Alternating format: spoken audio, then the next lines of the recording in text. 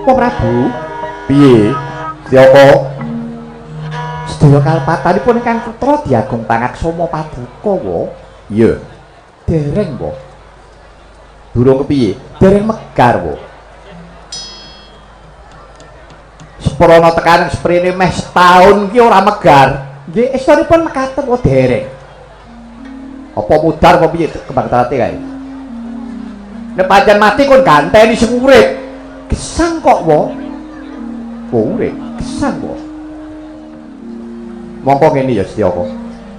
Sing tak arep-arep rina pantarane wengi. Sing tak arep-arep rina pantarane wengi supaya aku iki enggal ngrampungi nggonku nindakake matirta ingkang bakal nekseni dumadine preng gedhe Baratayuda Jaya Pinangun. Monggo pangandikane wong atuwanira Nyati Kresna anggonku nglakoni tarak brata matirta iki ora doh bakal dumadine preng gedhe Baratayuda. Ora Baratayuda iki wis wiwit apa durung to Setyaka? Dereng kok wa kaetu wa. Durung. Dereng. Mangke menawi sampun nggih wonten pawarta to wa. Mestine ya ngono. Ning gumunku ngene. Iki lining Bengawan Bagiratri iki pirang-pirang dina iki banyune kok butek. Gandane arus banger bacin. Nganti kaya aku iki tak pungkasana tak rampung ana nggonku matirta. Nganti nggonku golek panggonan nyingkir-nyingkir. Jalaran banyune kuwi butek kuwi jane enek apa to Setyaka? Dhuwur kono ki enek apa? Ketingalipun Jawa deres wa. Lajeng nuwuhaken banjir. Nuwuhaken banjir bandang kathah siti ingkang longsor. Lan malihipun menika lak sampun wanjinipun kathah banjir utawa kathah bena. Lho la iya. Upamane ngono kok dadi kala mangsane aku tau weruh. Eneng batang jaran keli. Bangkene kebo sapi. Kereta pating jepatang. Kae bangsane ngopo mriku banjir bandang kadi dene kenging pagebluk Mayangkara teksipun dados Jawa deres banjir bandang menika baenipun wa menika ngatutaken Raja Brana menawi perlu griya kemawon ingkang ageng-ageng kathah ingkang sami kentir menika wa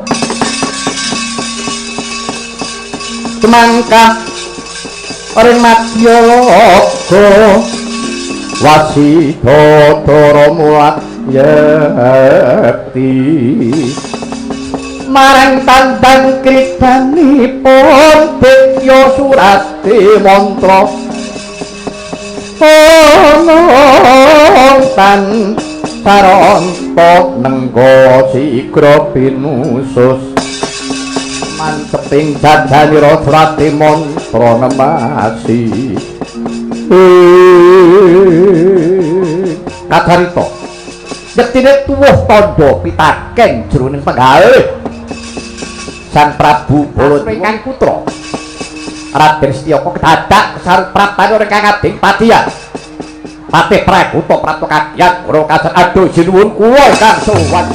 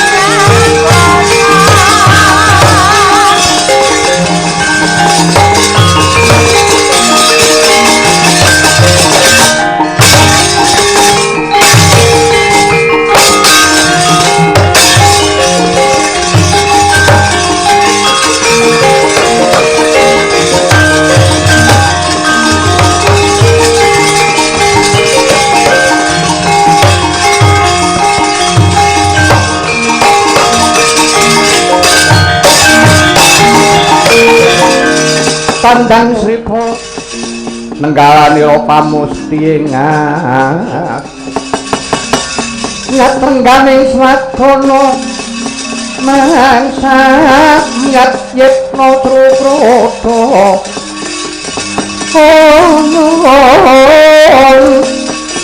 Yai Patewil pancat nyono mangsa pakuting ramanggono Dwi panggo ngundo dendo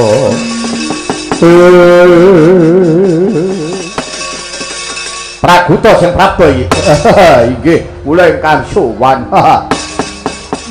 padha becik sak tekamu Praguta nggih awis saking berkah pangestu dalem ingkang sinuwun Raja pisuwan kula pangabekti kula katur lho yo pangabektimu tak topan dadekake supa marwataning Tyasing Sun kadhapa sapa kuwi Praguta kula wonten dawuh lho Sira rikala semana tautus ngreksa katentremaning negara Mandura. Negara Mandura mbok tinggalake.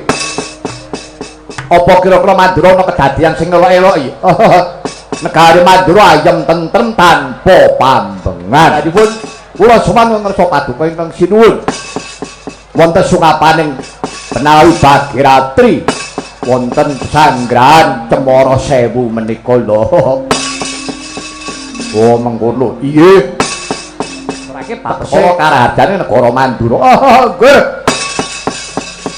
Negari Mandura mboten wonten menapa-menapa ayem tentrem. Ngono Prabu. Nggih. Saking mboten ayem menika Tegal Kurusetra. Lho. Tegal Kurusetra. Nggih. Tegal Kurusetra piye? Enak apa? Lho. Paduka menika dados pundi ta sinuwun?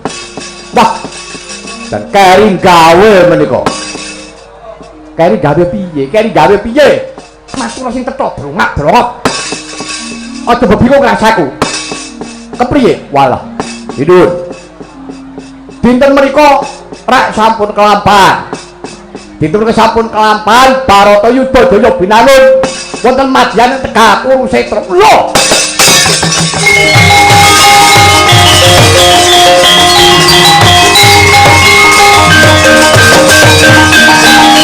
Dadi tetewa dene iki prang gedhe Barata Yudha Jaya binangun wis nggih sampun prang gegempuran telas-telasan enten-enten nggih entung-entungan sing tak nggih menika para kadang Sata Prawa tumpes tapis tanpa tabet menika ngantos ratunipun Prabu Duryudana kemawon boten teka dhateng pundi pura kapuk dinuwun sampun kegrawasan dinten menika dinuwun apa mati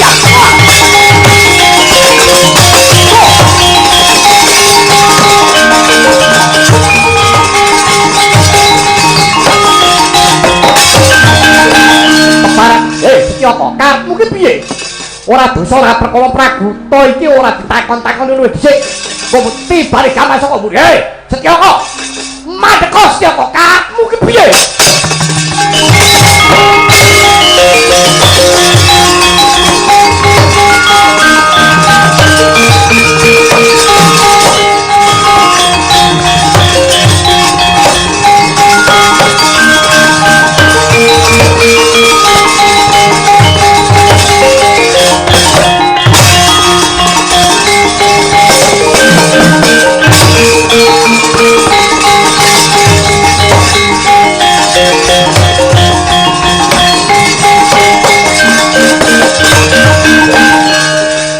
Patih gerangan cangkeme blawanan anggep po wong aku kadhawuhan dening Kanjeng Rama Prabu Dwarawati supaya aja nganti Wa Prabu Mandura kuwi priksa bab Barata Yudha Jaya binangun teka-teka malah matur entuk Barata Yudha wis dadi gegempuran mongko aku ki teku menggak nggonku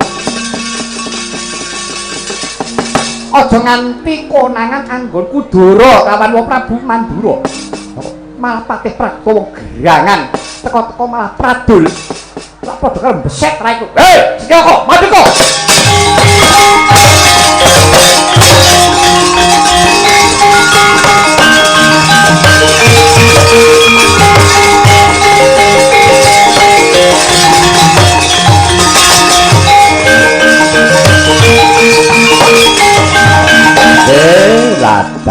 gedhe cilik Setyaka ki ngapusi to. Ngapusi karo Prabu Baladewa. Ayak to ayak. Saben tak takoni kembang ating wis megar apa durung ora megar-megar jebul pucuke ditaleni bolah. Denggele mocot.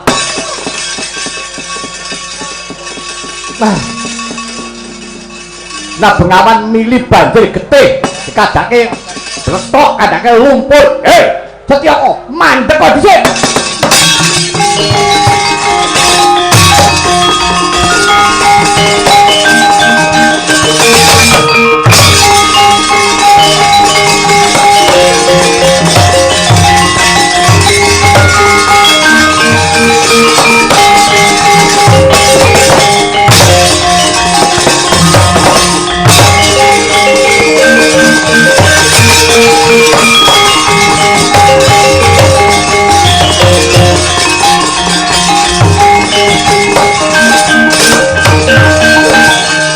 Setyaka mandek dhisik ya Setyaka.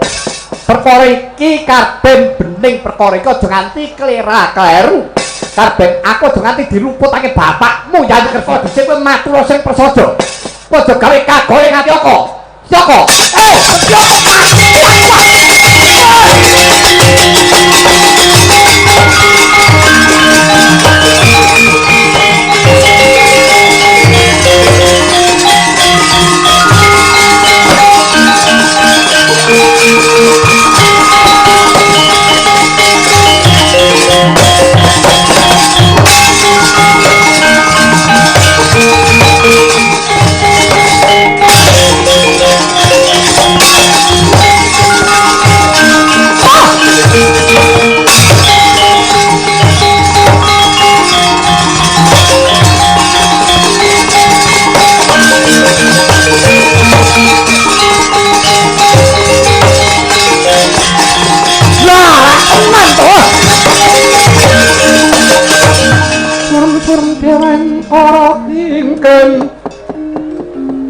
Ler mengos wokan layon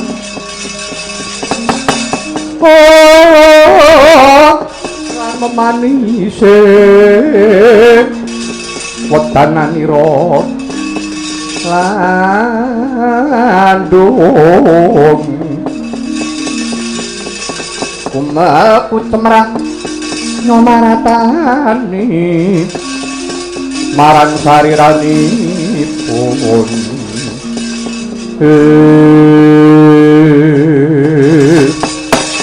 anak engger Setyaka aku ora jarak aku ora sengaja yen to bakal nibani pusaka karo kowe iki mau sejatine mung tanggo ngagar-agari tanggo gegiro kowe iki gelem mau mandeg lah kok malah kowe bablas mlayu nganti kringeten tanganku nenggala mrucut. Aduh. Ora urung tumpa matumpuk-tumpuk dosane Prabu Baladewa kepriye yen to bapakmu ngerti lakon iki Setyaka.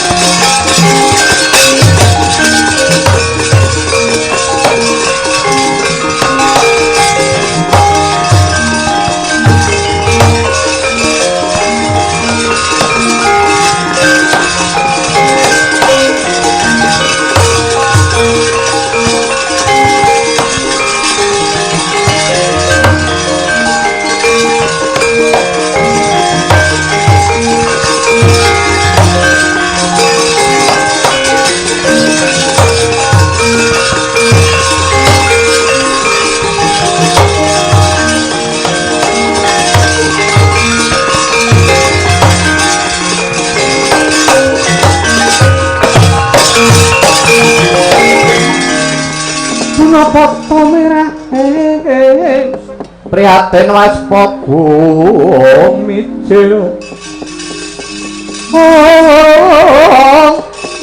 sudah tanpa karya sengkang hari nemekan Gusti gelung rino sak sekarnya sumawur gambir lagi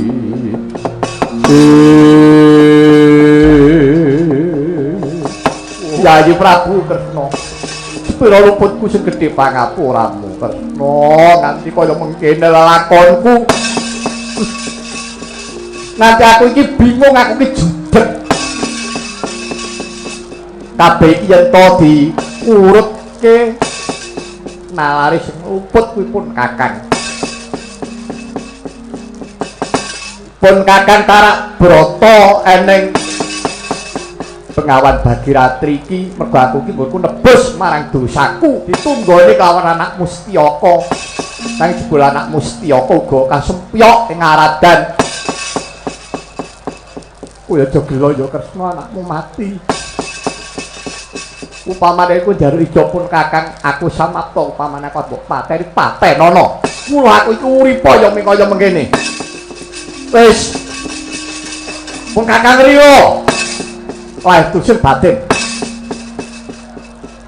pun Kakang ngakoni keluputan Setyaka mati kena pusakaku nang golok ning bloko suta pun Kakang ora jarak pun Kakang ora sengaja ya kuwi tenan lahir batin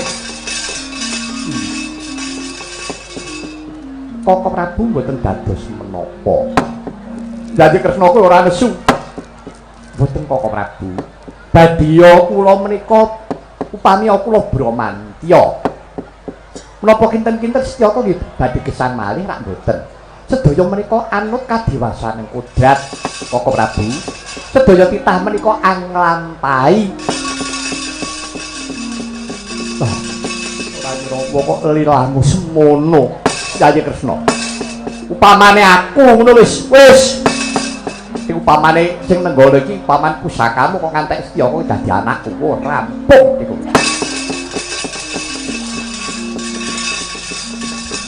lho kok betul Prabu Kresna lila penggalihe moko Ndara Setyaka ki putrane Cinundrawati moko Ndara Setyaka seda kena pusakane Prabu Baladewa dewa dene Prabu Kresna ya ora duka padha karo aku ta Ndra padha karo alah kepiye ta tak kok ngono sebabe lho maratuwaku mati aku malah kelenengan wong edan temenan ora tuaku mati alhamdulillah aku ya kocrok kuwi lho ora aku apa tau rukun karo maratuwa lah sebabe coba to aku ki ngungu pitik dhek ngungu garangan ngono ki piye wis bareng anu pitik untek tenan upama ora maratuwa tak dol sak payu-payune dapurmu kaya ngono ra nggih Koko Prabu sartawis menika mangke kula matur namung dipun rukti rumiyin kunarpanipun ingkang putra pun Setyaka ya wis ning Yayi Prabu kok aja duka ya mboten Koko Prabu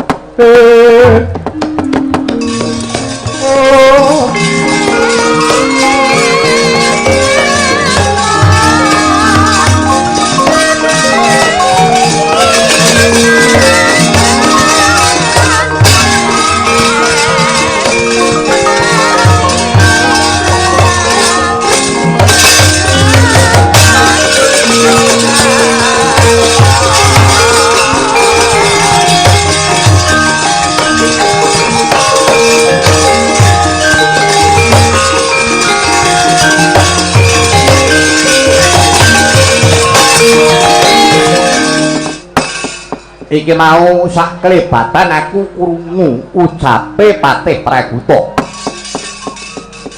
Patih Praguta ya wis mekaling pati. Ingkang mejahi ya anak Mustiyaka. Aku ngerti. Setyaka iki jebul ngapusi.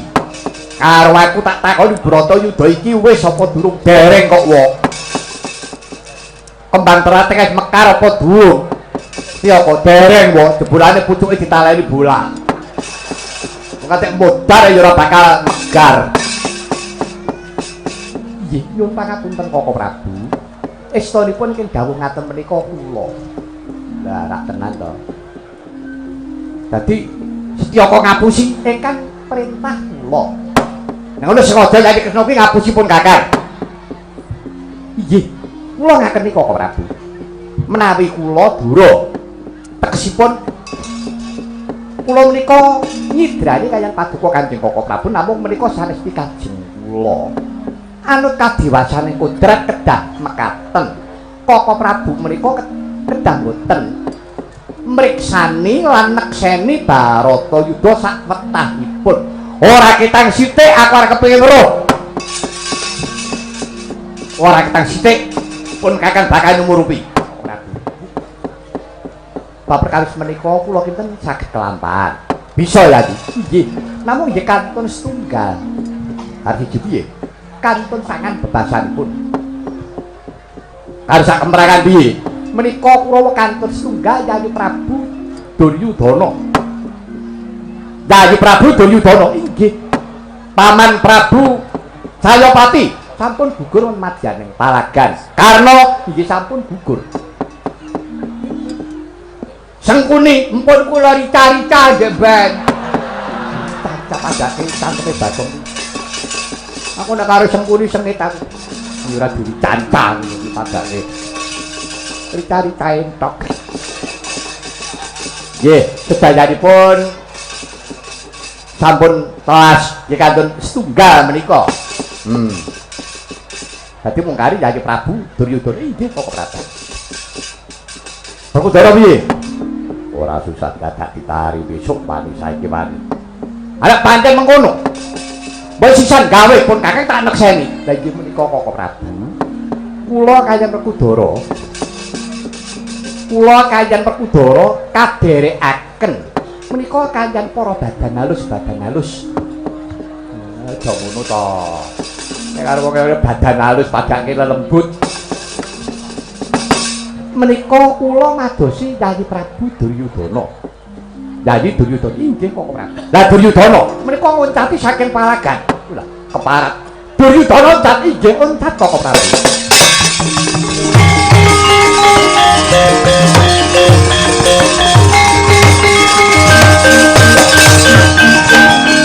Nek lakon kaya menapa ora memirang jagat. Apa ora ngisini-sini? Duryudana ki sapa to? Duryudana kuwi rak murid Baladewa. Kuwi murid pun Kakang Mandura bareng kelawan Siadi, bareng karo kowe Werkudara. Ya aku ngakoni ta. Padha-padha meguru kawan pun Kakang ing reh olah godo. Nalika semono Prabu Duryudana gadane jenenge Kyai Singabara. Kadang Werkudara rujak polo. Padha ditu padha prigel-prigelan kuwi gurune Baladewa. Kaya ngono to, Truk? Kajak mun karo kok. Heeh, ngene iki anggepmu. Lah mungkin nek mboten dingin nangke ya gelo. Nek sabab apa kok dina iki Yayi Duryudana nganti bledani dadi. Ngisi-ngisini. Ajeng keparipun Koko Prabu digoleki Yayi. Pun Kakang kepengin nyumurupi tandang kridane Werkudara kelawan Duryudana. Wis, ora weruh liyane, ora weruh. Perkara padine Karna piye sing liya-liyane piye ora dadi ngopo ning aku arep kepengin nekseni muridku sakloron. Oh mekaten Koko Prabu. Yo. Wis tak rewangi, ayo golek ana ngendi? Delik Prabu Duryudana.